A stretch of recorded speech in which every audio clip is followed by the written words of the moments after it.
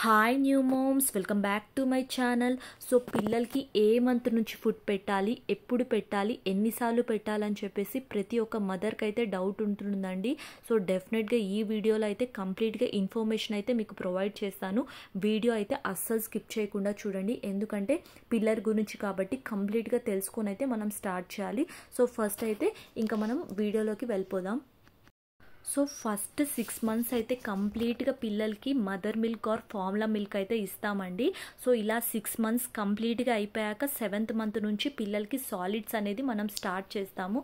నేనైతే మా పాపకి 7th month నుంచి అయితే స్టార్ట్ చేశానండి. అది ఎలా స్టార్ట్ చేశానంటే ఫస్ట్ 15 days వరకు ఓన్లీ 1 టైమే ఫీడ్ చేసేదాన్ని.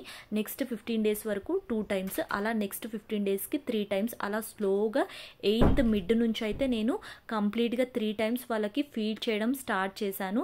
సో ఏం ఫీడ్ చేశాను అనేది నెక్స్ట్ చెప్తానండి. సో ఇలా స్లోగా నేను గ్యాప్ ఇవ్వడం వల్ల ఏమవుతుందంటే పిల్లలకి డైజెస్టివ్ సిస్టమ్ అనేది ఇంప్రూవ్ అవుతుంది.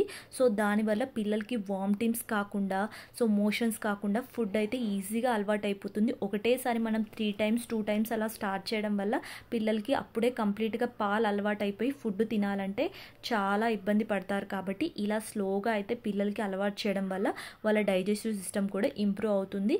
సో వేరే ఏ ప్రాబ్లమ్స్ అయితే రాకుండా ఉంటాయండి. సో డెఫినెట్గా ఇలా అయితే పిల్లలకి ట్రై చేయండి. సో ఇలా 1 year వరకు అయితే పిల్లలకి మనం 3 times అయితే పెట్టచ్చండి. 8th mid నుంచి నేను స్టార్ట్ చేశాను 3 times పెట్టడం. సో 1 year వరకు ఇలా 3 times అయితే పెట్టేదాన్ని. ఎందుకంటే మనకి ఆల్రెడీ స్నాక్స్ అయితే అవసరం లేదండి. ఎందుకంటే పిల్లలకి స్నాక్స్ ప్లేస్లో మనము వాళ్ళకి మిల్క్ అయితే ఇస్తాం కాబట్టి 3 times అయితే ఎనఫ్ అండి. సో 1 year తర్వాత అయితే పిల్లలకి మనం స్నాక్స్ కూడా ఇవ్వాల్సింది వస్తుంది ఈవినింగ్ టైమ్స్లో. సో ఇలా అయితే నేను స్టార్ట్ చేశానండి. ఏం పెట్టాను అనేది నెక్స్ట్ క్వశ్చన్ కదండి. సో పిల్లలకి అయితే 7th month నుంచి మనం లూజ్గా ఫుడ్స్ అయితే పెట్టాలి. సో ఏ విధంగా అయితే మనకి మిల్క్ ఉంటుంది కదండి, ఎంత లూజ్గా అంత కన్సిస్టెన్సీలో పిల్లలకి పెడితే వాళ్ళు ఈజీగా అయితే తినేస్తారు. ఫస్ట్ 2 months వరకు అయితే పిల్లలకి చాలా లూజ్గా కన్సిస్టెన్సీలో అయితే నేను పెట్టేదాన్ని. సో ఏం పెట్టానంటే సో ఫస్ట్ అయితే రాగి జావా పెట్టేదాన్నండి. స్లోగా మొలకలు స్ప్రౌటెడ్ రాగి జావా అయితే పెట్టేదాన్ని. సో అదైతే ఈజీగా తినేస్తారు కాబట్టి పిల్లలు అదైతే నేను స్టార్ట్ చేశాను. ఒకరోజు నేను రాగి జావా పెడితే నెక్స్ట్ డే అయితే పఫ్డ్ రైస్తో సెర్లాక్ పెట్టేదాన్ని అండి. నెక్స్ట్ డే ఇంకా మఖానాతో ఇలా డిఫరెంట్గా చేంజ్ చేసి అయితే పెట్టేదాన్ని. ఒకటే ఐటమ్ అయితే అస్సలు పెట్టేదాన్ని కాదండి. సో ఇలా చేయడం వల్ల పిల్లలకి ఏమవుతుందంటే టేస్ట్ డిఫరెంట్గా అనిపించి బాగా తింటారు. కాబట్టి డిఫరెంట్గానే ట్రై చేసి పెట్టండి. కూడా మనం ఇంట్లోనే ప్రిపేర్ చేసి పెట్టడం వల్ల పిల్లల గ్రోత్ కానీ డెవలప్మెంట్ కానీ చాలా బాగుంటుంది. సో మ్యాక్సిమం ఇంట్లోనే పెట్టండి. ఎందుకంటే బయట అన్ని షుగర్ కంటెంట్ సెర్లాక్స్ ఉంటాయి కాబట్టి నేనైతే అస్సలు ప్రిఫర్ చేసేదాన్ని కాదండి. సో నేను వేరే వాళ్ళకు కూడా హోమ్ మేడే ట్రై చేయమని చెప్పేదాన్ని, పేరెంట్స్ ఎవరు కూడా అడిగినా కూడా. మోరోవర్ పిల్లలకి ఏ కొత్త రెసిపీ అయినా మార్నింగ్ టైమ్సే మ్యాక్సిమం ప్రిఫర్ చేయండి, అప్పుడే పెట్టండి. ఎందుకంటే డే టైం పెట్టడం వల్ల పిల్లలకి అది ఈజీగా డైజెస్ట్ అవుతుంది కాబట్టి మనకు కూడా అర్థం అవుతుంది వాళ్ళకి ఆ ఫుడ్ అనేది పడిందా లేదా అని చెప్పేసి. సో ఇదండి. సో ఇలా అయితే పిల్లలకి స్టార్ట్ చేయాలి. చాలామంది పేరెంట్స్ ఫింగర్ ఫుడ్స్ అనగానే సో బిస్కెట్సో ఇంకేదో చాక్లెట్సో లాలీపాప్సో ఇలా పెడతారండి. సో ప్లీజ్ అలా అయితే అస్సలు పెట్టకండి. మీరు ఫింగర్ ఫుడ్స్ ఇచ్చేటప్పుడు కూడా మంచిగా ఇంట్లోనే ఫ్రూట్స్ అలాంటివి ఏమైనా పిల్లలకి చేతికి ఇచ్చి అలవాటు చేయండి. లేదా వాళ్ళకి సాలిడ్ ఫుడ్స్ ఇచ్చేటప్పుడే ఒక స్పూన్ ఇచ్చేసి వాళ్ళకి వదిలేసేయండి, వాళ్ళే తినడం అనేది అలవాటు చేసుకుంటారు.